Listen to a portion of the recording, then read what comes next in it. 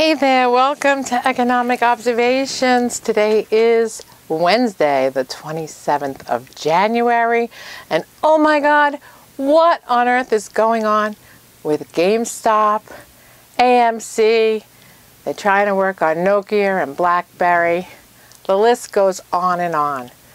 So I did a little investigation today after reading about it in the news.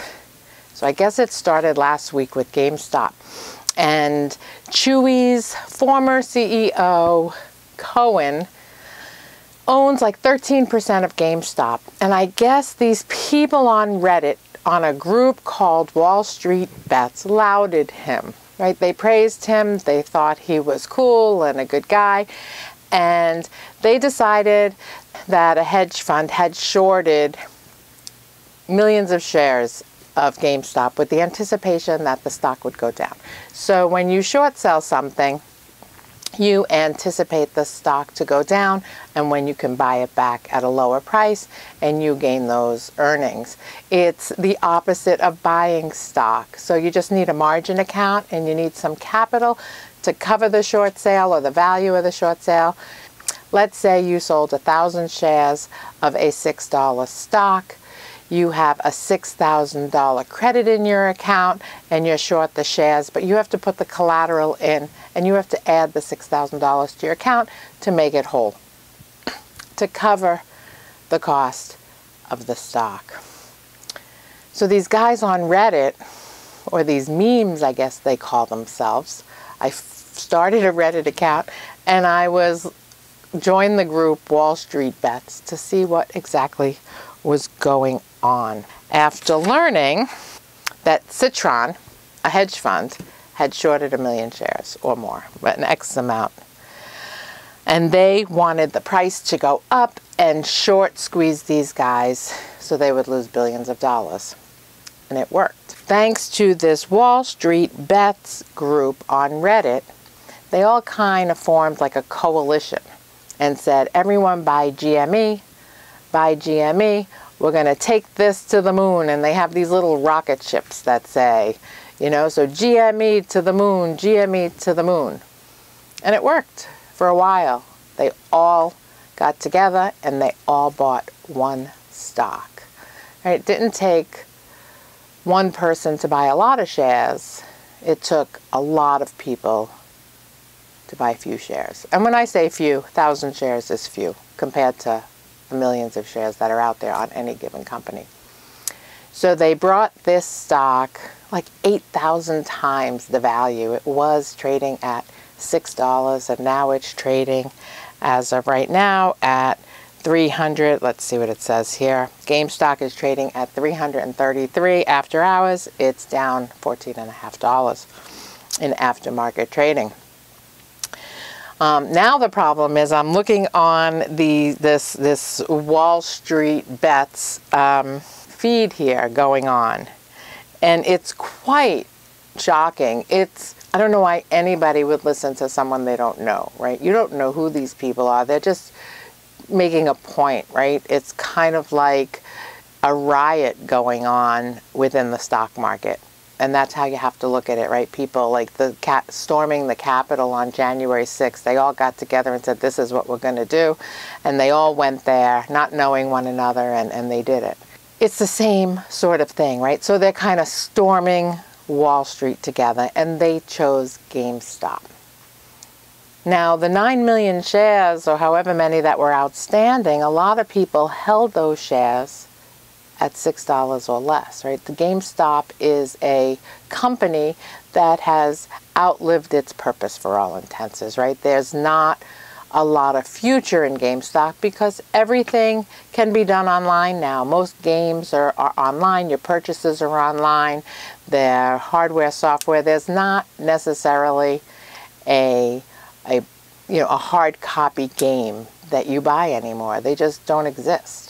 I mean, Xbox is still making games, but even those games, they're all Wi-Fi enabled and you can download the games and you don't have to buy them from GameStop. I guess, certain hardcore gamers who grew up gaming really like those Nintendo games, or, you know, the old Sony games that were physical, and they might be collector's items and they like to hold on to it, and people can resell those games at a GameStop. But let's face it, retail gaming stores are on their way out. And you can probably predict that in 2 years, GameStop might not even exist anymore, right? So their stock has been relatively flat, trading very low. But there were some people that owned it at $6. And when these Wall Street Bets Reddit people started buying it, they were trying to screw the hedge funds that shorted the stock. But what they didn't succeed at was causing massive gains for the hedge funds that own the stock, right? And it's all these mutual funds and these broker-dealers and hedge funds and retirement funds. They were long GameStop.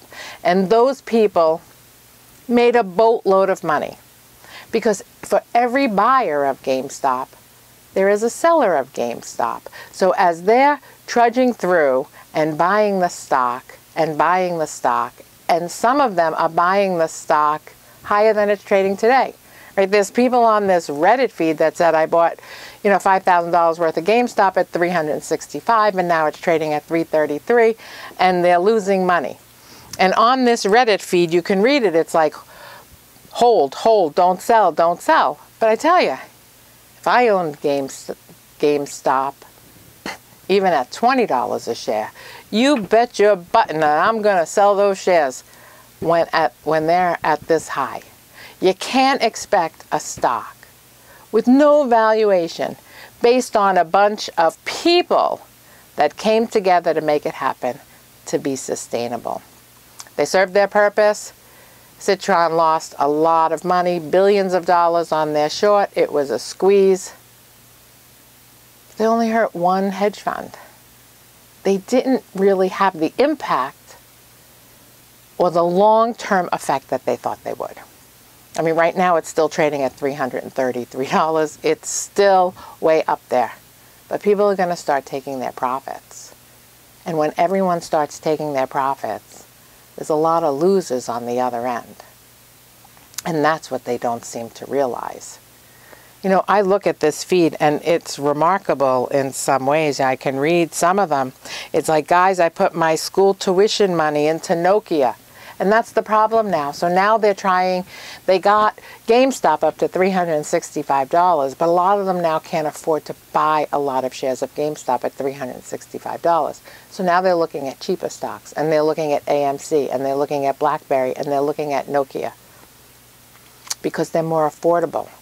But even AMC trading at $12 isn't that affordable compared to Nokia, which is trading at $6. Right? They did it to GameStop. They took it from $6 to $333 or $365 at one point, maybe even $380. So now they want to do it again, and they want to do it with another $6 stock. So they're looking at cheaper stocks that they can really projectile to the moon. The only problem is they're all picking their own stocks now. And the group is not cohesive anymore. So now you have some people that are going to AMC, and you have some people that are going to Nokia, and you have some people that are going to BlackBerry, and you have some people that are going to Naked, and you have some people that want you to hold on to GameStop. But in order to invest more money into these lower priced stocks, they have to cash out of GameStop. And when they cash out of GameStop, it's going to deflate the price. And there's going to be a lot of losers on this, right? And you're on this Reddit feed and you don't know these people. Geez, they may not even be from America. They could be some bots from the Philippines or Thailand or Africa or anywhere else that you have no idea. And people are listening to them. Hold, hold, hold, hold. Hold, don't sell, don't sell. Oh, it's down after trading. Please, hold, hold. They're saying AMC is just getting started. Remember GME? It went from 150 to 100, now it's 350. AMC, after our dip is nothing. Just wait to the moon. Keep buying Nokia. But they're all over the place. And I think that in order to have the effect that you had with GameStop, you got to stick with one stock. But if you're going to sell all your GameStop to make the money so you can invest in another cheap stock, you're going to bring the price of GameStop way back to where it belongs. Anyway, a wise person once told me, you never invest in the stock market what you cannot afford to lose. The best advice I ever got. It is like going to a casino, and it is like playing any of those games, and the odds are always against you. Anyway, be smart with your money. I don't say not to invest in the stock market. Only invest what you can afford to lose, because there are no guarantees. And I do believe that that bubble is going to pop. Tesla was down today. The stock market was down 700 points. We ain't seen anything yet. These are short-term gains. Oh, and I did some research. And according to the stock platform eToro, they found that a whopping 80% of day traders lose money over the course of a year. And the median loss is 36.5%. It's no surprise more than 75% of day traders end up quitting within just 2 years. I know it could be like an addiction. Gambling is an addiction. My father had a big gambling addiction. He was a poker player, would gamble away our rent money with the hopes that he can double his money. Be smart with your money, okay? Invest in it long-term, dollar cost average. Go into a mutual fund on stock that you believe in. Do not take short-term risks. It's just too volatile. And I know some people are probably looking at me saying, but we would have missed out on all these profits. But you could have missed out on a lot of losses too.